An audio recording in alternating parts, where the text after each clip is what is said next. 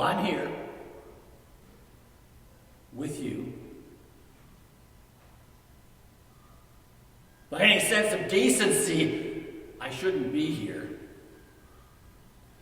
And by the standards of Rome, I should be long dead by my own hand. The only honorable end to failure. By any standard of common sense, I should be anywhere else but here with you. You who mourn the death of that man.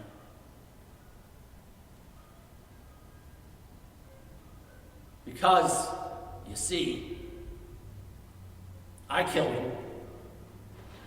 Oh, not with my own hand. That kind of thing would be beneath the dignity of one such as I. But I am as responsible for his death as if I had strangled him myself. Once I had a place. Once I had power. Well, now I am nothing. I depend upon these meetings of yours for just a scrap of bread and a swallow of cheap wine to keep me alive. But once I was Pilate. And now I am, well, it doesn't matter what I am. How I came to this miserable state is lost to history. Even I do not remember how my life was torn open like wet paper in a desert wind. There is pain and the phantom memory of things that have been lost. The bits and pieces of my body left here and there as I crawled across the land, a foot, an arm, this eye. Oh, thank all the gods that I have one eye. Not that blindness would hamper my life. I could at least beg the pity of those who might give me something more to keep me alive. But with this one eye, I have some relief from the vision that fills my mind when darkness overtakes me. A vision of that man. The fall into my present state did not start on that particular day. It began much earlier. I don't know what happened, not really. I was a winner in a world that valued only winning. A world where failure was seen as weakness, where compassion is laughed at. And if I was only a fly on the dunghill of Rome, I was a big fly. Then some whisper to another ear found its way to Caesar, and I was honored with that assignment to the smallest dung heap of the empire, Judea. Hot, dry, cold at night, boring, always troublesome. But I was determined to be a winner and find favor. I was determined to return to Rome as a winner. I began by placing Roman banners throughout Jerusalem to remind the country bumpkins of who the real king is. I had their king, Herod, right under my thumb, and decided to put the finishing touch to our power by surrounding their precious temple with shields painted with the symbols of Rome. Gods a real man could truly follow. Gods who hold up the essential values of wealth and war, family, property, victory, Rome. And then the unthinkable happened. Who would have thought that a bunch of merchants and farmers and fishermen would rebel armed with clubs and stone knives? Who would have thought that? But they did. And 5 of my men were killed. My own troops threatened to rebel if something decisive wasn't done. So I was decisive. I was decisive for the gods, for Rome, for Caesar. We surrounded them and splattered their puny temple with the blood of the rebels. We gathered the survivors into concentration camps, hunted them down in the hills beyond the city walls, and then when I had 2,000 of them rounded up, we stripped the hills bare of trees to make stakes and crosses. And we hanged the rabble to strangle and die, their bodies rotting until their bits fell like autumn leaves. And the dogs carried off the pieces, their bodies never to be acknowledged or buried according to their strange religion. You would think that would have settled the matter, but it did not. Caesar was always soft with these people. When their priests complained directly to Rome, I received the only warning I would get. Keep the peace, or know the peace of the grave.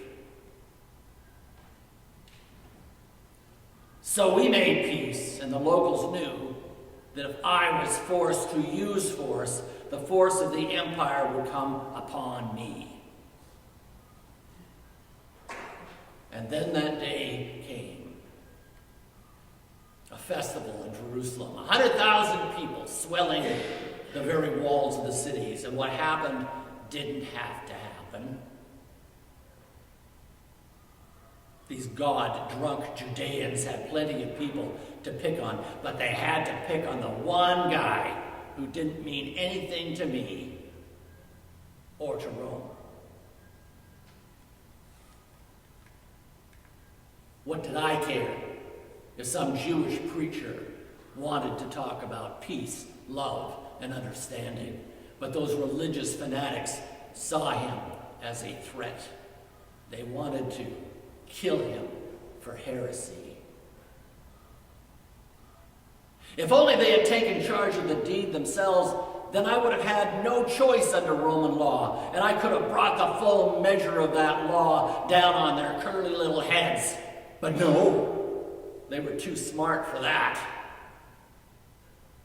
They brought him to me because they said this man claimed to be their king. An act of treason. An act against Caesar himself, they said. What did they care about Caesar?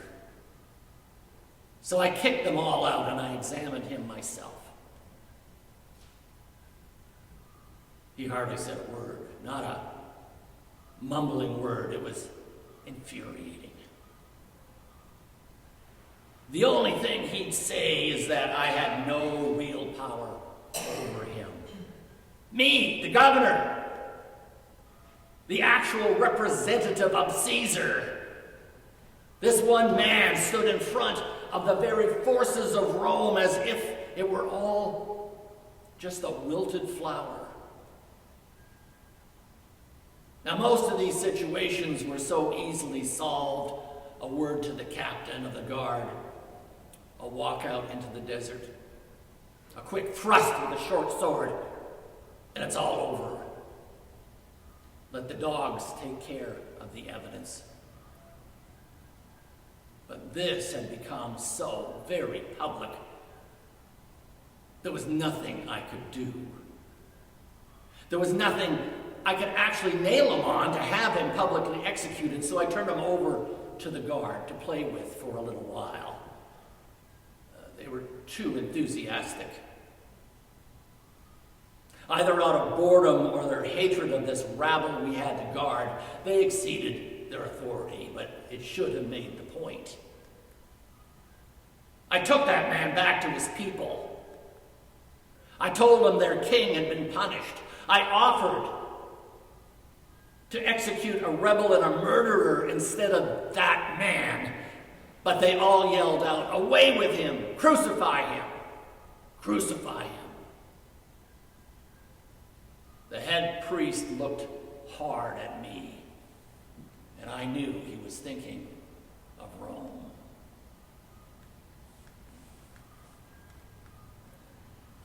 I stood looking at that man.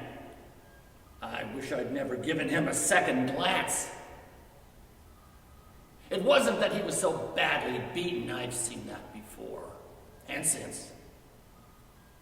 It isn't that he was innocent. What has innocence got to do with keeping the peace? It wasn't that the whips had cut his skin down to the bone, and they glistened out from the wounds cut deep into his back and sides, or that he was holding his guts in with one hand, or that one eye was swollen shut. It wasn't that a whip cut on his cheek was so deep that his breath whistled through it. I've been to war. I've seen command. I've ordered far worse. No. It was the look in the eye that remained open. If he had hated me, I could have justified what I did. If that look had been one of pity, I could have scorned him. If he had looked at me to appeal for help or mercy, I could have laughed in his face. Thank all the gods for this one eye that remains. Without it, I would be eternally in the darkness that brings that wounded, tortured face into clear view. Looking at me with that one eye, filled with something that no man of power can ever acknowledge or understand. He looked at me with love. I gave the order. He didn't last long. But with every drop of his lifeblood, the blood of my life bled. My life died.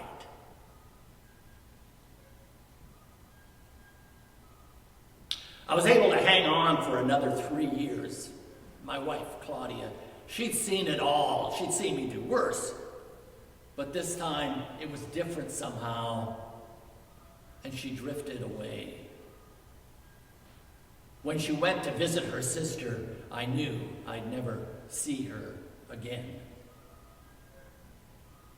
I heard somewhere that she became a follower of that man. She became a Christian and made a fine meal for the lions one beautiful spring day. When Tiberius died, I was ordered back to Rome. That rabid animal Caligula handed me a dagger. Everyone knew what that meant, and I guess I should have been relieved that I wasn't skinned alive in the arena for the amusement of my families. But every time I closed my eyes to make the cut, that face, that look of swollen, tortured love looked back at me. So I wandered off into the dark night of my own soul that still bleeds with that bleeding Jew.